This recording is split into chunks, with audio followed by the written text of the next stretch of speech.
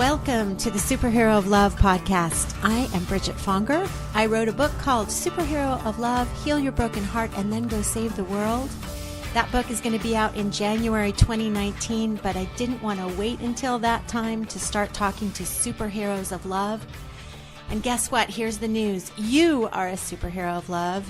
And through talking to other superheroes like yourself, tapping into that little superhero inside of you, I'm hoping that you and I and all of us start feeling more and more like superheroes of love, meaning that we love and are loved more than ever before. So welcome. Let's get this party started. Okay, superheroes, guess where we are? Oh my God, where are we? We are at Jen Pastiloff's house, and I am so excited to be here because Jen is one of the most generous, gracious, loving superheroes of love that I know, and I'm not kidding. And luckily, I have 3 friends, and I'm sure I have more than that, but 3 friends who wanted me to meet you. And I finally met you, I met you actually on the day of the Love Forward Talks in November. And let's just stop and say, everybody go to YouTube. I'll put the link in the program notes, but you need to see her talk that she gave at Love Forward Talks. But we were so blessed to have you at Love Forward Talks. You were the pièce de résistance. I mean, all of Love Forward Talks was great, but it was like you were such a huge blessing to Love Forward Talks. And you could have heard a pin drop in that room, and you moved us all so very much. And everybody has to see the video and also watch it to the very, very end, because the magic is at that very magical end. So, Jen Pastiloff, welcome. Thank you. Welcome to your own home, Jen. Welcome to your own home. And I'm so posting that picture. You should. It's a picture of my toddler son, little tiny circle, cheap pizza, frozen pizza, and he ate only the center out of it. And it's the cutest toddler debris. There's a little truck on the side. 3 Paw Patrol cups, little iPad propped up like his own personal movie theater. So Jen has a book coming out June 4th, the same day that Elizabeth Gilbert's book, City of Girls, drops. I think that's a good luck sign. I think it's an absolutely excellent good luck sign. And we were just noting that Elizabeth Gilbert is going to be on Super Soul Sunday. And I was telling Jen, mark my words, you will be on Super Soul Sunday one day. I have no doubt in my mind that you will be on Super Soul Sunday. Yeah. So her book is called On Being Human. And a memoir of waking up, living real, and listening hard. And I would have read it all in one sitting. This is one of those books, you guys, that you can read in one sitting. I would have read it in one sitting had I not had to get up really early in the morning for an important meeting.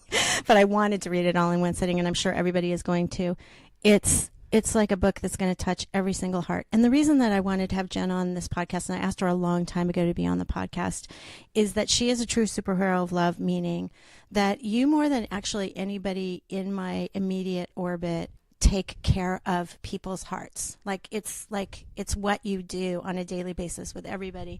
And so I just want to acknowledge you as a major superhero of love you are in the business. Your business is taking care of people's hearts, but you do it so beautifully and so elegantly. And her book is a testimonial to that very work. So thank you for doing all that you do. So I want to just read this very opening, this little line, and then I just want to let you talk about this. How remarkable that my heart could be out in the world, helping me to listen when my ears failed me, and also be safely nestled inside my body. And that is in fact, is how this story begins. Let's talk about that heart and how your failing hearing brought you even closer to that heart. Yeah, as I'm struggling right now to read your lips. I think there's many ways. One of them is I developed such a strong sense of compassion because I understand that things aren't always as they appear. You know, I appear as a typical hearing person, and so people get frustrated with me really easily or judge I'm just, an asshole or not listening or whatever it is. And so one of the things is I developed this really strong sense of compassion. You never know. You just never know what's going on with someone. And also it on a logistical level, because I lip read, I have to get in really close, and there's something about that, about getting in closer, whether it's literally or metaphorically, that kind of, it's really grounding, Right. It's really grounding. Like you're fully engaged, and I say that you are every exchange. You're fully engaged. You're also, I swear to God, you're engaged when you're texting even. I don't know. There's something about the way you engage and you latch on to, to. Thank you. You're in. I think. Yeah. Well, and I work really, really hard to hear, so it's made me develop other skills, and hone in on other facets of myself. You also spent, I love the stories interwoven in the book of your time as a waitress at the newsroom, which I remember. And you talk about how being a waitress when you can't hear, that's like a situation. But you fully engaged and embraced people and forgot their ketchup. I love that you forgot your ketchup. Well, my hearing loss was not as bad then. Nor was the tinnitus. Everything's just gotten worse over time, which sucks. But yeah, and I also worked really hard back then. I got in really close. I squatted down. I was always like in your face, and I just paid fierce attention to mouth, to lips, to see what was happening. But I do believe that's where I learned how to lip read, was all those years waiting tables. I would have no way to survive and get a paycheck if I hadn't. Yeah. It just occurred to me because when I first discovered you on social media, the first thing that I latched onto, I guess this latch word is going to be one for the day. That's the word of the day, is don't be an asshole. And you must have run into so many assholes as a waitress. And sometimes I am. I mean, like, especially when I'm tired. Today, I just did something. I was walking home with my son, and I was really irritated at someone. It was like in my way, that I perceived to be in my way. And I thought I'm such an asshole. Oh, yeah. Oh, completely. At the newsroom? Yeah. It was on Robertson Boulevard. And there's just some magnificent people and some just trash assholes. Just people walk in immediately, like throwing their arms up, like this sense of entitlement. So, I really just got a kick out of people, though, because it's so funny to see. Yeah. It's hilarious to see. Seeing humanity in all their humanity. And my friend says, people are being so people-y today. Oh my God, I love that. Exactly. Including ourselves. I will never stop saying that till the day I die, which is, don't be an asshole, and except sometimes you are, because we all are. Sometimes. Right. Just try not to be. Yeah, that's what I love most about you, too, is like, the ultimate compassion for all of our frailties and our the parts of us that poke out at, I'm just had this image of porcupine needles, and it's just, I think it's so important not to take ourselves too seriously. I think that's the biggest game changer, to have a sense of humor about yourself. That's how I survive with this tinnitus. My husband is away right now. He's working on a film. My mom's here right now, but just Charlie and I, and we share a bed, and I don't sleep with my hearing aids in. And so he'll ask me stuff before we're going to bed at night or in the morning, and I don't know what he's saying, and he's getting really frustrated, and there's all this frustration on both ends. He's not 3 yet, and if I didn't have a sense of humor about it, I would just not be able to get out of bed. Right. Yeah. Speaking of your mother who's here, you talk about your mother and your mother's mother, your grandmother, who was, speaking of being an asshole. Yeah.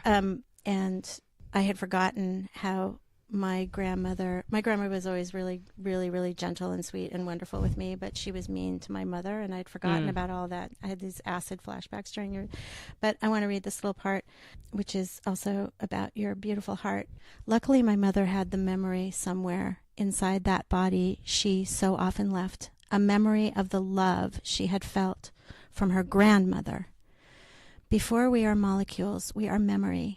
Every time my grandmother winced as she looked at my mother, every time she tried to unspeak her into not existing, that's in me. And talking about that, this is the part I should have opened it up a little bit, but you can presence us to where we are. But that thing of that we have that asshole inside of us. We have all those ugly pieces, and you imbibed. Yeah, and just the idea of trauma that's passed on, that's in your DNA. It's all in there. So even though my mother was abused as a child, and my grandmother was horrible, and told her she wished she was never born, and really terrible things. And I think even if my mom hadn't told me the stories, and I'm sure I haven't heard all of them, it would still be in me somewhere. That's not to say that's the whole part of me, but somewhere, somewhere I think our traumas get passed down. Yep. Like on a cellular level even, right? Yes. Yeah.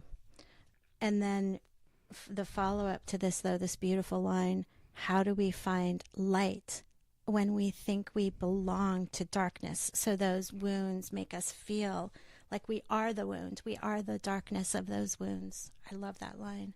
And then I'm just going to read this one too. Until I learned to look deep into the face of whatever it was, and what I found was this: it didn't kill me. I see you, I would say to my sadness. I hear you, I said to my deafness, the irony not lost on me. And my heart fell out. I just love when you talk about your heart falling out throughout the book. I just love that image. Well, I started as a poet, and that's my first love, so I always will try to get in as many cheesy poetic lines as I can. They're not cheesy. They're not cheesy to me. Oh my God, they're so beautiful. They're so like little rose petals. Well, I use that image a lot because I really feel like for a good portion of my life, and even sometimes still, it's a daily battle that I feel like a Walking Dead person. It's a tendency, I don't want to give away too much of the book, but a big part of it is how I basically clenched my jaw down and shoved everything inside me, all my grief, and refused to feel. And so I was numb. And I walked around all the time thinking and saying, I don't feel anything. I don't feel anything. And so this idea that I didn't even have a heart. And then now, being on antidepressants, which I absolutely need, but there's that same slight feeling of a little bit of a numbness and deadening. And sometimes I fantasize about being off them, but I tried it a few years ago for about a year, and it was like the worst. So, yeah, I like this idea of the heart being so movable. And wait, I got to put it back in. It fell out again, I love that.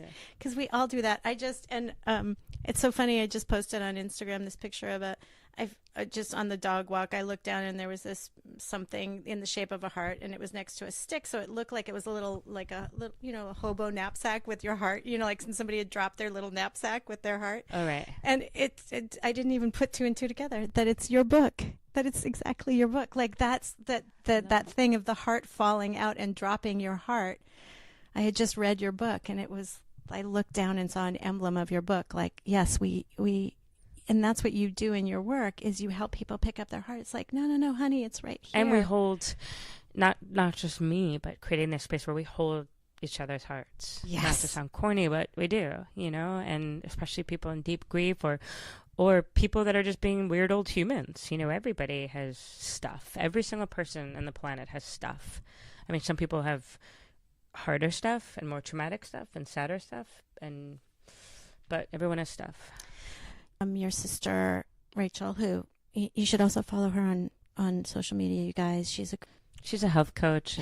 I did one of her thingies. Yeah, Rachel Pastiloff, and she has two kids, and one of them has severe special needs, Prader-Willi syndrome, which I'm hoping my book puts on the map, Yep. you know, just it's such a rare disorder. Tell everybody what it is. Prader-Willi syndrome is a genetic disorder where, you know, and I apologize if you're a Prader-Willi parent or person and I'm getting it wrong, but it's where the 15th chromosome is either deleted or partially deleted, and it manifests itself in a lot of ways. It's a spectrum disorder, but the main thing, the worst thing, is that it makes you feel like you're starving to death all the time. So it's not like a stomach thing. It's not like, oh, you can get your stomach stapled. It's something with the hypothalamus, so the signal never gets sent. So they will do anything to seek out food. So my sister has to padlock the refrigerator, and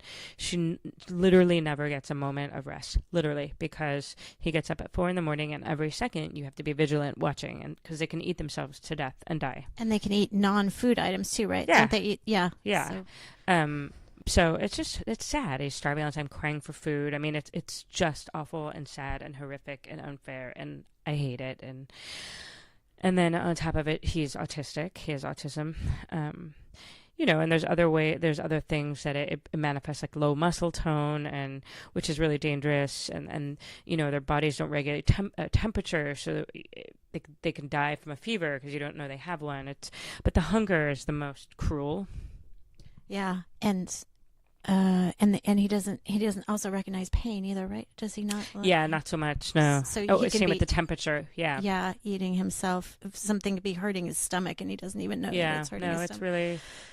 So how do you help take care of her heart? Like that's. I mean, I must send 50 texts a day. What can I do? How can I help? And I mean, I try to help financially when I can, but it's more what my greatest fantasy is. I'll say it out loud to the millions of listeners you have. My fantasy is to make so much money that I could move them here, and then my physical person can actually help and watch him. And it's hard. She's in Pennsylvania, so it's really hard to help people when you're far away. Besides a monetary, you know, way, and just being there with texts and. Like I said, you're an expert texter. People know that you're fully present for them, and I don't know, you know, like you just. I try. I mean, just like, it's weird. In the past week, I've gotten a large amount of messages asking me for help financially and this and that, and like, there's a point I can't. Yeah, Jen follow Jen on all of her social media, and you'll see. And I've given to a bunch of these because I just always do whatever you say, essentially. And I think a lot. I just do whatever you say, Jennifer. You say she needs money, you know, whatever I can give. Yeah, y'all listening, $1 is helpful because it just adds up. Yeah. And some of the people that I help support, you know, this one amazing woman in Maryland, she has seizures every day, sometimes like 50 or more. And sometimes her copay for her medicine is like $1, and she can't even get it because she has no money. You know, really inexpensive stuff, food products that are really, really cheap. So it's not hard. And I get it. Not everyone has $1, but if you do, or 5 or 10, and there's some people, I have some beautifully generous, really wealthy friends. God bless them, you know. Yeah. Praise Jesus. You're going to be one of them one day. Your lips to God's ear-pierced ears, Bridget. Let me drink my coffee. I did not know that God's ears were pierced. Because God's a woman, and she has cute pierced ears. Okay, cool. One of my favorite lines, I have so many favorite lines, I don't even know why I'm saying that's my favorite line, but what is that deepest truth that we are love? One of the meditations that I always recommend people do is, I am love, I am loved. Yeah, I love that. I use that as a mantra quite often. Yeah. That spoke to me, and of course it did, because you're the right, superhero of love. I mean, obviously, right? That's so obvious. But so, how do you like? I'm just imagining. I haven't taken one of your workshops, and Jen does these amazing, amazing, amazing workshops in the most magical places on the planet Earth too. So, and I can't wait to do one. But so when somebody walks in and you know that they don't know that they are love, what do you do? I'd say that's a huge bulk of the people, including myself, a lot of times, you know. Well, when you listen fiercely to someone and you're really just there for them and you bear witness and you don't look away and you're not trying to fix or change, you're just listening, you reflect them. And people go, oh, I'm worth it. Or look how they're looking at me. Or look how I'm affecting them. Or I'm moving them. And, also, I don't know that we normally have the daily experience of being so seen and heard. So when we are, you feel it. You go, oh, gosh, this feels amazing. Yeah. And it's easier to believe, oh, okay, I'm love. I'm not a garbage pail. I love that listening fiercely. And it's really, you have it down. And it's like, you're inspiring me to do better with that. Like, sometimes you don't even know that you're engaging with somebody and you are trying to fix them or change them or convince them of something or whatever. And you know what I mean? Like, and sometimes people want advice, and that's great. And sometimes there's no, I don't think, blanket answer for everything, but I think most times we're waiting for our turn to speak. And so it's just so nice to just like give someone space just to be, even in that beautiful silence, which I also don't give as much. That you're reminding me about that. I think you do. No, not really. But anyway, okay, let's talk about beauty hunting, because I feel like I'm a beauty huntress also. Oh, you totally resonate with that. But talk about that, because it's so inspiring. It is, and I haven't been doing it as much. Actually, the other day I was like, okay, I need a beauty hunt. But it was born because one day I was sitting in traffic on La Cienega. I was getting off the freeway at La Cienega. Those of you that don't live in LA, it's just, an artery, a main artery of our... Exactly. Spent a stupid amount of time on freeways, and I got off. I was driving to go do a yoga private, which I don't do anymore. And I got paid a lot of money. I don't remember, $150, $200 or something. And I was like, oh my God, there's traffic. And, I don't feel like doing this. I don't feel like doing this. It was my mantra. I kept saying it. And then I was at a light and I was going to write a poem. I don't even remember what the title was, but it was something like, these are the 5 most beautiful things. Something about 5 most beautiful things. And so I was at this light and I saw this homeless girl, young girl, walk up with a sign. She was so beautiful. And then I saw this purple donut sign, and then I saw this palm tree, and I thought, oh, boom, boom, there's a beautiful thing there, within this like 30-second moment of being at a stoplight. And then I forgot in that moment that I was whining that I was in traffic, and that I was whining that I didn't feel like going to like make $150, like an asshole. So it really got me out of my own head and out of my own way, and caused me to pay attention and see the beauty. And it was so instantaneous. What a great practice. Like when so the minute you find yourself getting all whiny and self-absorbed. Yeah. And it's, lately I've been busy and I've been tired, et cetera, and I haven't been doing it as much. And so it's sometimes you really need to come back to it, okay, stop. And just, it's a way to cause yourself to pay attention. Well, dude, I mean, like the debris, you're going to see, you guys, in the program notes, the baby debris even. I mean, like there's beauty in like every inch of her house, like every the inch of my juxtaposition, 6-inch apartment. the juxtaposition of just like, there's beauty everywhere. And obviously you have Charlie. So you are focused on beauty, Yeah, for sure. And but I think it's everywhere, and I think it's easy to kind of look down or look at your phone or whatever it is, and miss a lot of what's happening in life and with other people and in nature. Yeah. No, I love that. That's something easy that we can latch onto. Right? Yeah, and I love sort of assigning it to people and see people do it on social media, like let's say you posted that picture of that half-eaten Charlie pizza, and then you said, hey guys, what are your 5 most beautiful things today? Here's one of mine. And then you named 4 other things, like the butterfly I saw driving, the way the wind was rustling the trees, this cup of coffee I had at Jen Pastiloff's house, and encourage other people to go, what were yours? And then what a cool, inspiring conversation. Yeah, I'm so doing that. Like when I leave, I'm doing it. Okay. The Beauty Huntress Gauntlet has been picked up. Your book is also unbelievably funny. Okay, Thank you. Like laugh out loud funny. And I just really love the chicken pot pie collective consciousness. That's weird. Oh my God. I was thinking about that this morning.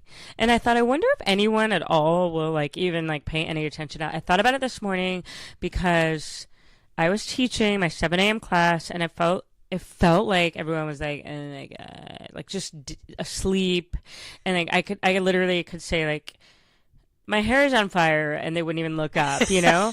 And I thought about that. Because in the line in the book, I said how, you know, it's like this collective conscious, how some days you walk in, everyone's just like grateful and happy and funny. And other days you walk in and it's like and I said something like, it's like leading the Walking Dead through, leading zombies through vinyasas or something. And this morning. Oh, here it is. I have it. Oh my God, I have to read this because you're saying it.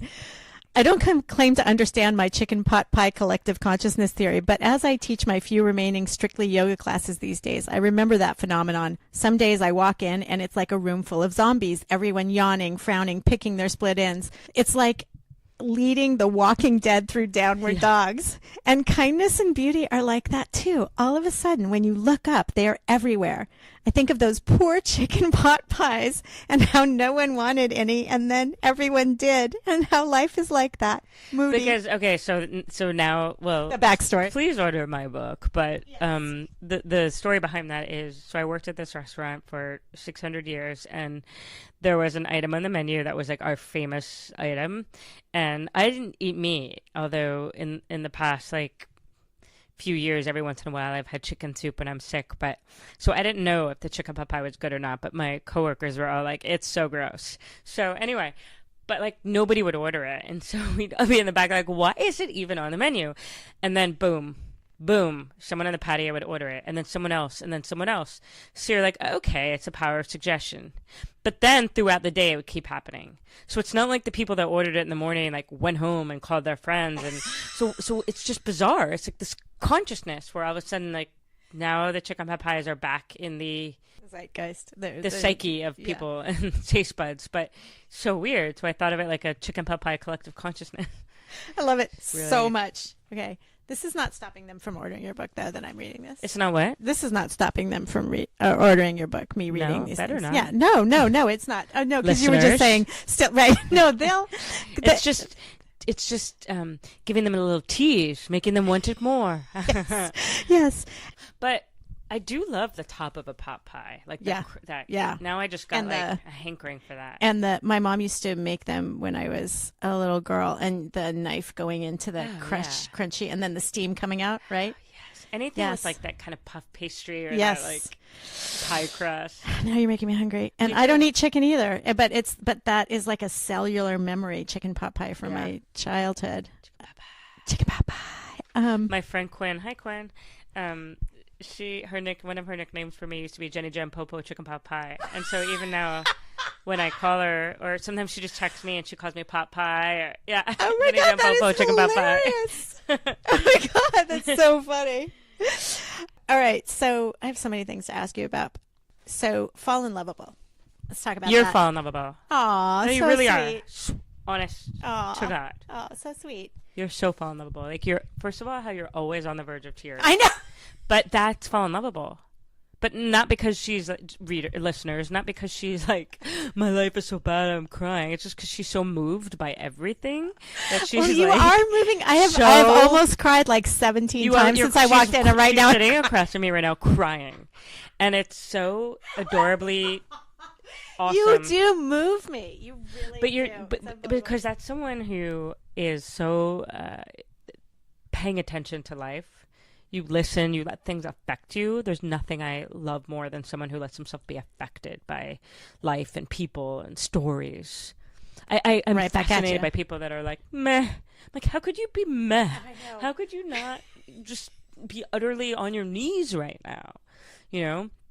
And look, I'm on meds, so like my tears don't come. I'm jealous, but I remember, wait, I'm going to interject that at the end of Love Forward Talks, I think I was crying, thinking of your... You're always crying. I know. Oh my God, I was doing such She wakes up cry. and like pours coffee. This is so beautiful, this coffee. You know, it's just like... Oh my God, and there's oh my God, I will never post this picture, but there is the one of the photographers at the event took a picture of me totally ugly crying. I am going to maybe send this to you, but I'm afraid you'll send it to somebody else. But this me... so ugly crying, and you looking up at me like oh my God, please send it. See, I you love looking that. at me and being like, oh I my love God, that look shit. at her crying. See, I love that shit. And She's I'm so also, weird. for as vain as I am with my fake eyelashes, I'm also like, people go take a photo and they'll ask me for approval. Can I post whatever you want? I don't give a shit. Post it. You look unbelievably cute in this picture. Thank you. I am ugly crying, and it's No, but really hideous. what I'm saying is I don't. No, I got what you were saying, Okay. but I also don't care. Like if Yeah. someone took a picture of me like that, I'd Yeah, be yeah. like, post it. Yeah. But Fall Unlovable is this. It's really when you let yourself be utterly yourself without having your armor on or your sarcasm or your snarkiness, and you let yourself be affected by life and moved and fully yourself, and you're just completely fall unlovable. Like, and I will fall in love with you. I will fall in love with you. Doesn't mean I want to have sex with you, but I will fall in love with you. right. And you, I think that it feels like, I can't wait to go to one of your workshops, but it feels like what you do at your workshops is you fall in love with every single human. I do, unless you're a real asshole. I mean, over the years now, I've done so many. There's been like 3 people. That's a very small number. Should we name them just real quickly? That would be amazing. I mean, truthfully, I've blocked out their names, and one of them's in the book. One of them is not in the book. I think it got cut, or maybe it is, where she basically stood up and made fun of me in front of everybody. Is that in the book? It was like 50 people in a workshop in South Dakota, and she did not want to be vulnerable. And it's funny because the next. I remember when, I don't know if she was making fun of you, but she was picking on on you and everybody. Is that the one? No, that's a different one, right? No. So okay. I said there's 3 people. Yeah. That's the 3. Okay. Oh, like literally, this other person. So the day after this thing happened, somebody messaged me and they said something really astute, which was sometimes fear is a bully, and this is what fear looked like last night. And it's true. So this person was afraid, and so she got up, and it all happened so quickly, so no one was able to jump to my defense because it was so shocking. But she got up and she started making fun of me. She said, I could do what you do. I could speak in your cadence. And she started walking around and pointing at everyone and like mimicking me. And it was one of the worst moments of my life. I mean, now I could talk about it and it's hilarious because it's given me, it's a story, but in the moment, the blood drain out of your body. I mean, the blood. Yeah, but I happen to have this gift of being able to shut down, so I was able to really disassociate, and so I didn't cry. I didn't look like I have any reaction, but inside I wanted to die. But it's like one of those anxiety dreams that you have, like going to school, naked, or I have them about the restaurant. It's like that. It's like, oh, imagine, giving a speech or whatever, and you're all these people, and someone gets up and starts making fun of you, and then everyone's throwing tomatoes at you, and that kind of thing.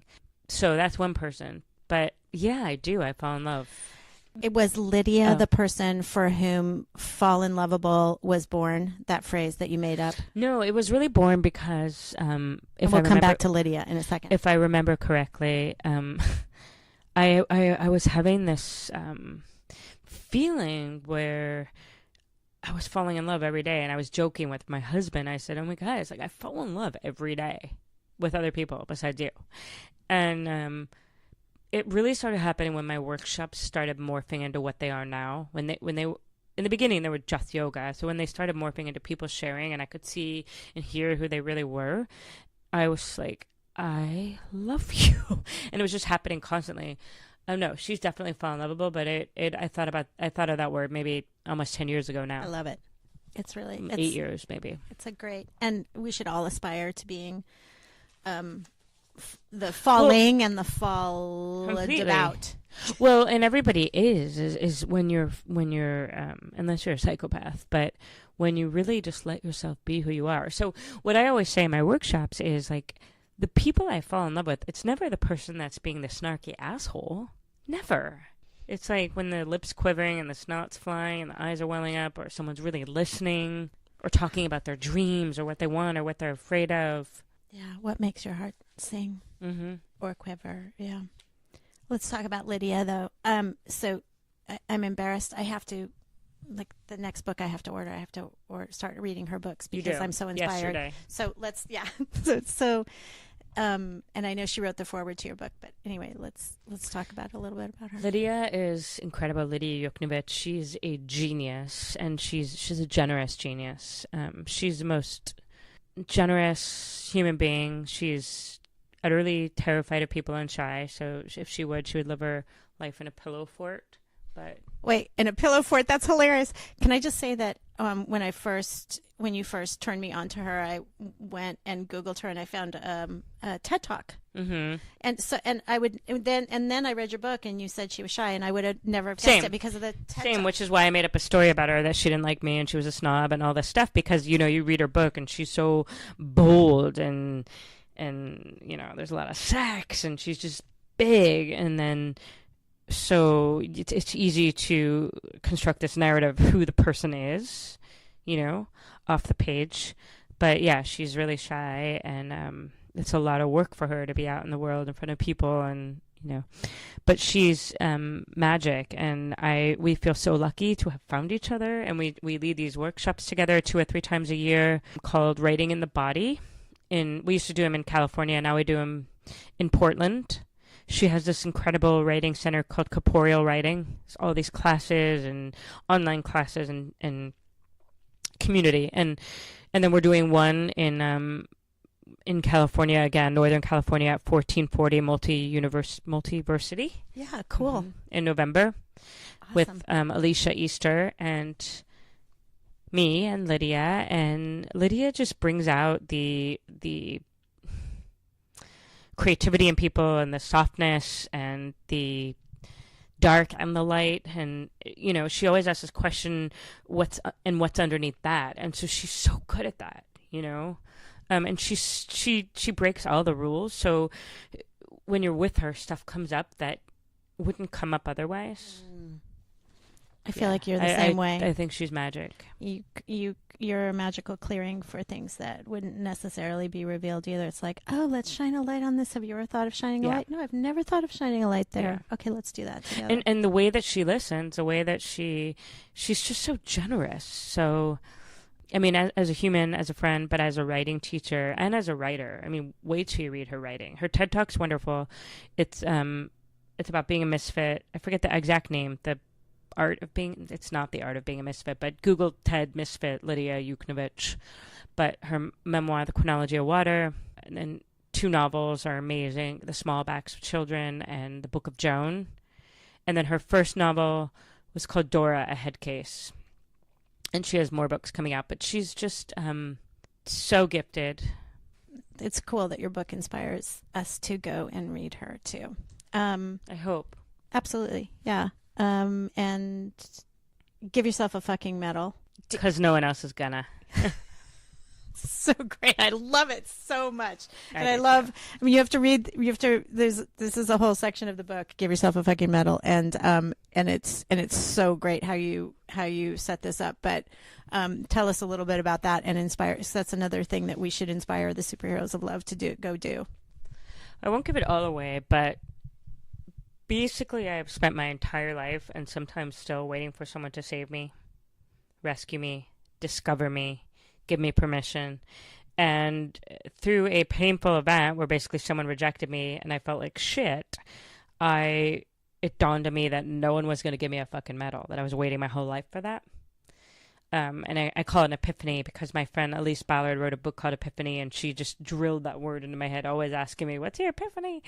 So I would pondering that question a lot, but that really was it. I thought, oh my God, I have been waiting my whole life for someone to give me a medal, and it's just never going to happen. And so I woke up. I mean, this had to be 5 years ago now, and I started to give one to myself.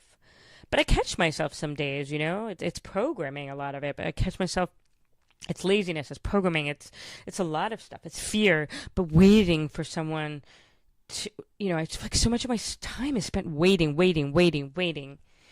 And I think it's also a really important message for younger folk, because, when you're in school, you will get medals, you'll get good report cards and grades and what have you. And then in the real world, you don't.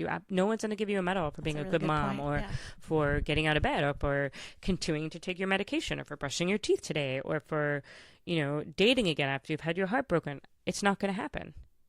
Having said that, I say this all the time, my spiel, and then in January, this adorable woman was in my workshop, and she's like, true, no one's going to give you a medal, but I did win 3 gold medals in the Olympics. We're going to do a workshop together. Oh my God, that's fantastic. I know. And I think we're going to call it Give Yourself a Fucking Medal. I think that is so empowering. That's such a superhero thing, right? Because you're giving yourself your own power. You're not reaching outside yourself for that power. That's beautiful. I love it. You guys will follow her. Her name is Tiana on Instagram. Tiana Bartoletta.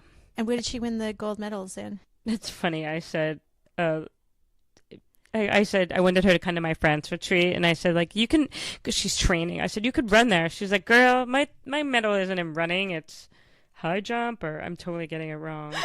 I don't know. Now she's going to listen to this and be like, you are an asshole. Something that I could never do. Something track and field-ish? I mean, I'm showing Bridget her Instagram. Oh, my God. Yeah, she's a badass. She's not sprinting? Is she sprinting? She looks like she's about to sprint. Oh, this is so cool. So it's Tiana Bartoletta. You can run in France. That is hilarious. Yeah. But that was one of my favorite things is I'm always like, no one's going to give you a medal. And then she's like, well, actually, I won 3 gold medals. She wrote me a beautiful testimonial about the workshop. Yeah, I posted it. It was so cool. God. I'd never had an Olympiad, you know? Give yourself a fucking medal. Okay, so everybody, we have so many to-dos. Give yourself a fucking medal. Here's another to-do that I want to give us. Watching for beauty, be a beauty hunter, and then human thank you. Can we talk about that? Be a human thank you. It's just an expression I came up with as a way to remind myself to be that in the world, to embody gratitude and not be an asshole, to be, in a constant state of thank you, even when things feel like they're hard or your apartment is 1 bedroom and you're, frustrated or whatever it is, to constantly be appreciative and grateful. And so it's like the idea that I'm the personification of a thank you. Yeah, and you are. You definitely are. Thank you. Thank you. Thank you. Okay, so all right, so everybody, I'm going to leave wait, hold on, so this is, I'm going to edit this out when I'm saying this bullshit right now, but you don't feel like I've been giving too much away from the book, do you, by going through these concepts? Okay, good. I wanted to make sure that you weren't hesitant to say anything. I was going to go into spiritual bypassing, but we don't have to. Do you feel like you want to? We can. Okay. Whatever you want to ask. Okay. We'll just go, it's like we're at like 45 minutes now, so we can go another like 10 minutes. If you're cool with that? Mm-hmm. Yeah. Okay. So, so another concept that I love in your book is spiritual bypassing, which I had never heard of before. Really? So, okay, yeah, I did I'm not like invent in the dark. it, listeners. Did not invent that, so don't quote it as mine. I wish, but I did not invent that. But I'm just adult, and I hadn't heard of it. So maybe every single listener has heard of it, but I had not heard of it. So I'm going to That surprises me. Yeah, I don't know. But I mean, you know what it is. Maybe you just had never heard that. Yeah, and I love that expression. I just love it because I was like heart bypass surgery, right? Spiritual bypassing, heart bypass surgery, and there is some heart stuff. There is some physical heart stuff in Jen's book, and then there is a lot of heart stuff. And my dad, when he went to get surgery on his lungs, they were doing, they test your heart before you go into surgery, and they tested, and they were like, oh, wait, we have to wait another day because we found something. And his heart had done its own heart bypass surgery. Like he had a heart attack and it did its own bypass. Yeah. That's amazing. The human body is so amazing. I know, right? And that miracle made it, like all of that was coming back to me when I was reading this part about spiritual bypassing. So anyway, I'm going to read this a little bit. I kept hearing about a concept called spiritual bypassing. What I took it to mean was that people thought because they did yoga or meditated or simply thought of themselves as spiritual, that they got a bypass what they were really feeling. I do not want to do that. I did not want to do that anymore. I may not have been spiritually bypassing, but I had been bypassing one way or another my whole life. Yeah. And I think we all have. So when my father died, I was 8 and I didn't know how to process it or feel or to forgive myself for saying I hate you to him right before he died, and was the last thing I said to him. And so I just shut down. I physically and mentally shut down to the point where I just said I don't care, and I didn't cry. I felt nothing, and I just chanted to myself I am strong all the time. And then I did it with food. I did it with over exercising, with starvation. I've done it with booze. I mean, I've just anything, sleep, just anything to not have to be in my body, which is why I do these workshops, especially with Lydia, called Writing and the Body, to stop doing that, to really just be here. And it's hard, but it's possible. Yeah. And I think we all bypass. It's kind of like my dad's vein or artery or whatever it was that it's just like, I can't take this, but I'm gonna do this. Like we all do that, all day long, right? I can't do that. I'm gonna bypass. I think that's a very common thing in meditating communities, and I'm not so entrenched in the yoga community, but I'm entrenched in, I've been entrenched over my life in meditation communities, and it's like when you're not dealing with the subconscious debris that's underneath. You're just up here. You think that you're going deep, but it's like, wow, there's this whole world in your subconscious that's happening that you're not attending to. That's what, it made me take a little bit of ownership of my own thing, but it's easy to think, oh, no, I'm good. I'm meditating. I'm up here. Yeah, and I think about it. I don't think there's any one way or one thing it means, but a lot of times I remember years ago when I was just starting teaching yoga, but or it's like this idea is this: be positive. It makes me want to punch someone in the face. Right. Be positive. Yeah.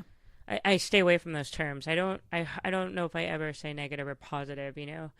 I want to tell the truth. Be positive. So it's this idea like just be positive. And so for me, the bypassing was like, yeah, be strong, be strong, be strong. Instead of never feeling any of the feelings, the deep, deep sadness or the deep grief or the fear or whatever it was, I just masked it. And then I remember when I was just trying to teach yoga, people were like, this be positive and don't be angry, do yoga. No, you could be angry. Bullshit. Right. Yeah. What is that? Because you do yoga, you're not going to be angry? Yeah. Yeah. Or not have... It's toxic. Pretending that those negative things are not going on. Exactly. Pretending that these subconscious drivers aren't there. If you marinate in it and you live your life in that state all the time, now that's unhealthy. But that's not the truth either.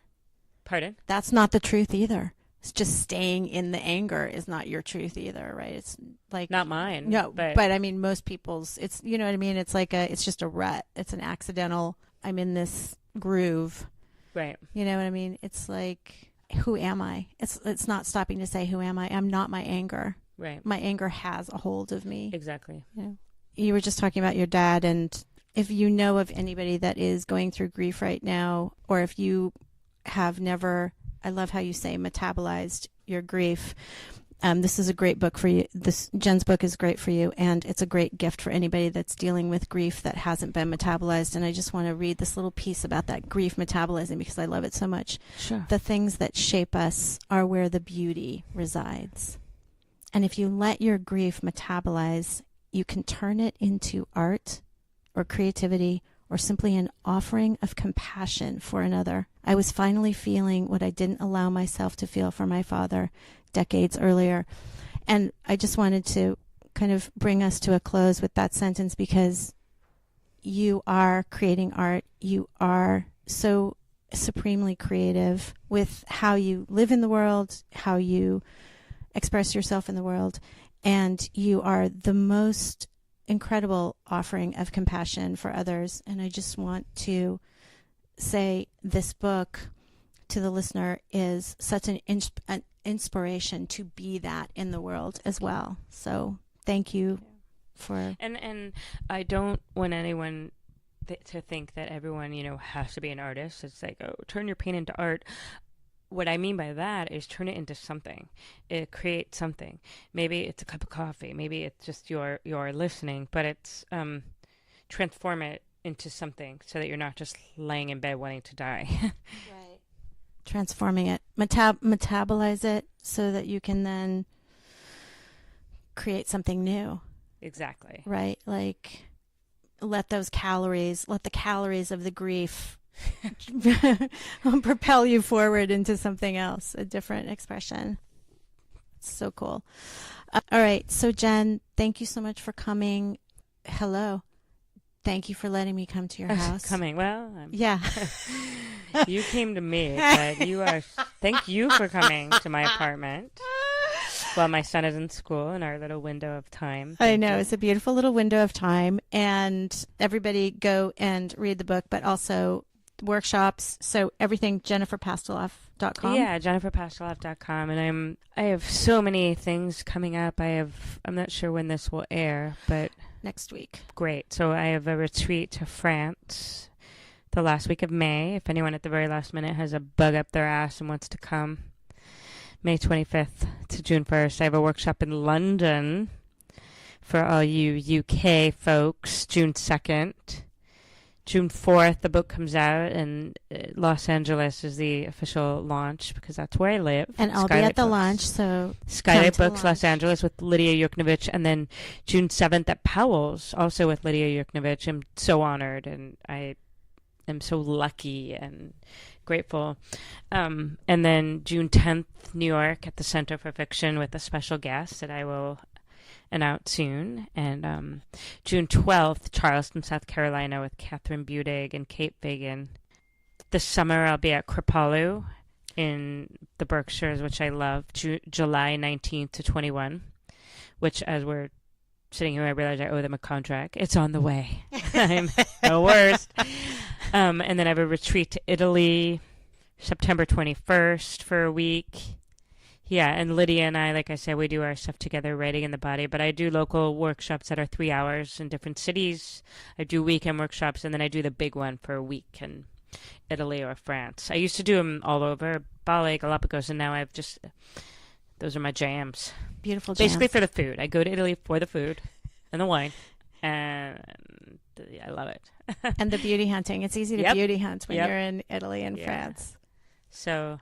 would love to have you. The only prerequisite is don't be an asshole. Just be a human being and don't be an asshole. That's it. You know, no yoga experience required, no writing experience required, but just be a human being. Have an open heart, sense of humor. Don't be an asshole. It's a dream, yeah. So there's a lot coming up, and I'm really grateful to be able to sit here and have coffee that I made too strong, but oh, I loved it. Oh my God, it was the perfect strong for me. Thank you for the coffee. Thank you for the chatting. Thank you for inviting me into your home. And everybody, really go. You'll be so inspired by her love forward talk. Thank you. And you know, before I wrote this book, and Bridget knows, you know, her book came out in January. Was it January? Yeah, January 3rd? No, first. But that was my book signing was January 3rd. Okay, nice memory. At Romans. Pre-orders matter so much. I had no idea. I had no idea before I was an author. Yes. But they do. They're everything. So a lot of people, you know, don't get that. So Amazon, Barnes & Noble, or your local indie bookstore or IndieBound. Today someone messaged me and they said, I pre-ordered your book from Diesel Bookstore. It's over here in Brentwood. Oh, cool. But pre-orders really matter. It's how the publisher knows how many... copies to print and you know how much they're gonna sort of pay attention to it, and I mean it's truly everything. So I'm deeply appreciative of you who have pre-ordered. Yes, I pre-ordered immediately. Yeah, I did pre-order too. I ordered 2 copies and I gave them as gifts, and thank you so much. Yes, beautiful I book. did too, and I'm gonna order I'm gonna buy more. Obviously, I'm gonna. I want you to order 30. Yeah, can everybody order 30 yeah. that's hearing this? Okay, good. Books are expensive, dude. I mean, and I did the audiobook, so and I was really sick. I had lost my voice, so it took 3 days. So the first 2 days, I sound like so hot and sexy, and just not like myself. It's so weird.